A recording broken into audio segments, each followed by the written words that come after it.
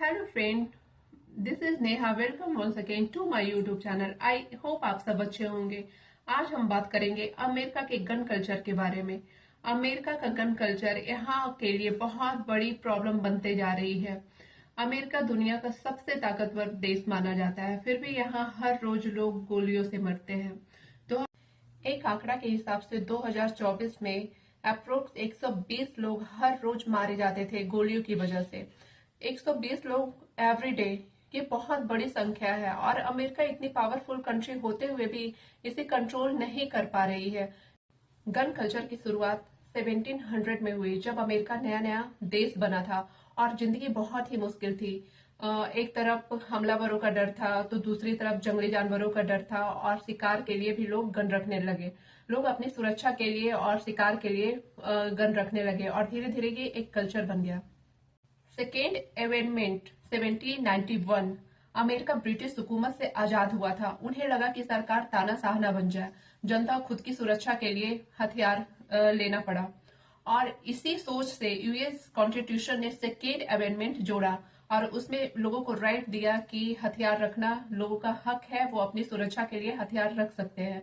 और तब से लेकर आज तक ये गन कल्चर का जो राइट है चलता आ रहा है। मार्च शूटिंग यहाँ नॉर्मल सी बात है। Sandy hook, new Jersey, California, Las Vegas जैसे शहर ना अब इन सब दर्द से अभी तक उबर नहीं पाया है। यहाँ आए दिन मार्च शूटिंग होते रहते हैं। बच्चे जब स्कूल जाते हैं तो पेरेंट्स को डर लगता है। और 2023 में अमेरिका में 600 मार्च शूटिंग हुए थे। ऑलमोस्ट हर दूसरे दिन यहाँ पे मार्च शूटिंग हुई थी। 2023 की मैं बात कर रही हूँ। और grocery store, church, birthday party, bank, school, कहीं भी अब कोई भी जगह सेफ नहीं है। कई निर्दोष लोगों की जान चली जाती है, जिन्हें कुछ भी पता नहीं होता है, और उनकी जान चली जाती है।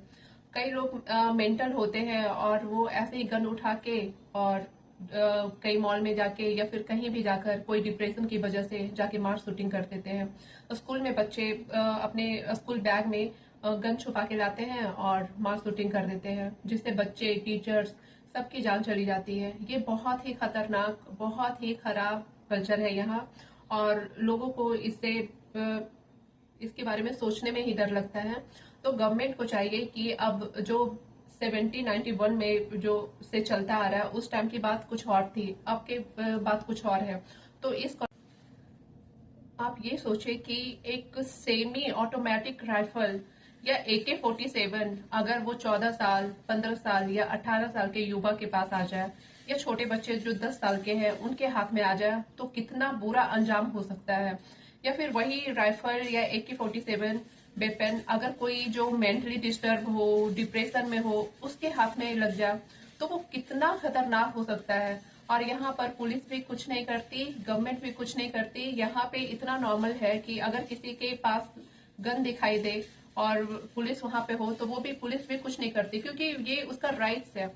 अगर मान लो आप किसी के प्रॉपर्टी में चले गए हो, गलती से भी चले गए हो, और उसने आपको शूट कर दिया, उसने अगर आपको शूट कर दिया, तो यहाँ पे कोई केस नहीं बनेगा। केस इसलिए नहीं बनेगा क्योंकि आप किसी के दूसरे के प्रॉपर्टी पे आप घुसे, और उसका राइट था, उसने आपको शूट किया। तो ये गन कल्चर बहुत ही ज्यादा खतरनाक है।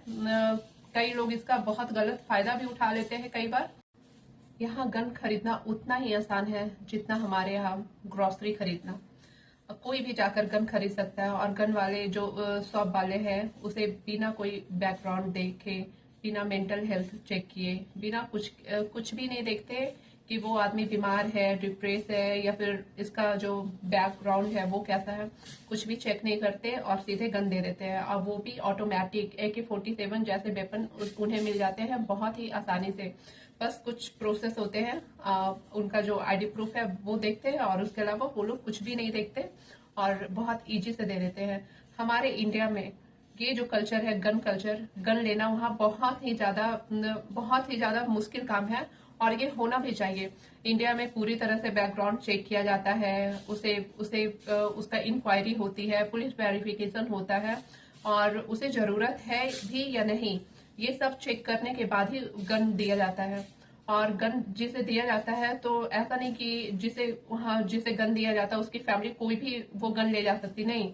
इंडिया में है कि जिसके नाम से जो गन होती है, जिसके नाम से रजिस्ट्रेशन करवाया जाता है, वही गन को ले जा सकता है बाहर, नहीं तो उसके लाइसेंस कई बार कैंसिल हो जाते हैं।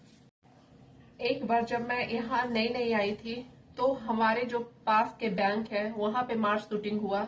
कोई एम्प्लॉय था, उसे बैंक से निकाल दिया गया था और वो डिप्रेशन में जाके गन लाके वहां पे मार्च शूटिंग किया, जिसमें 6 लोगों की जान गई थी।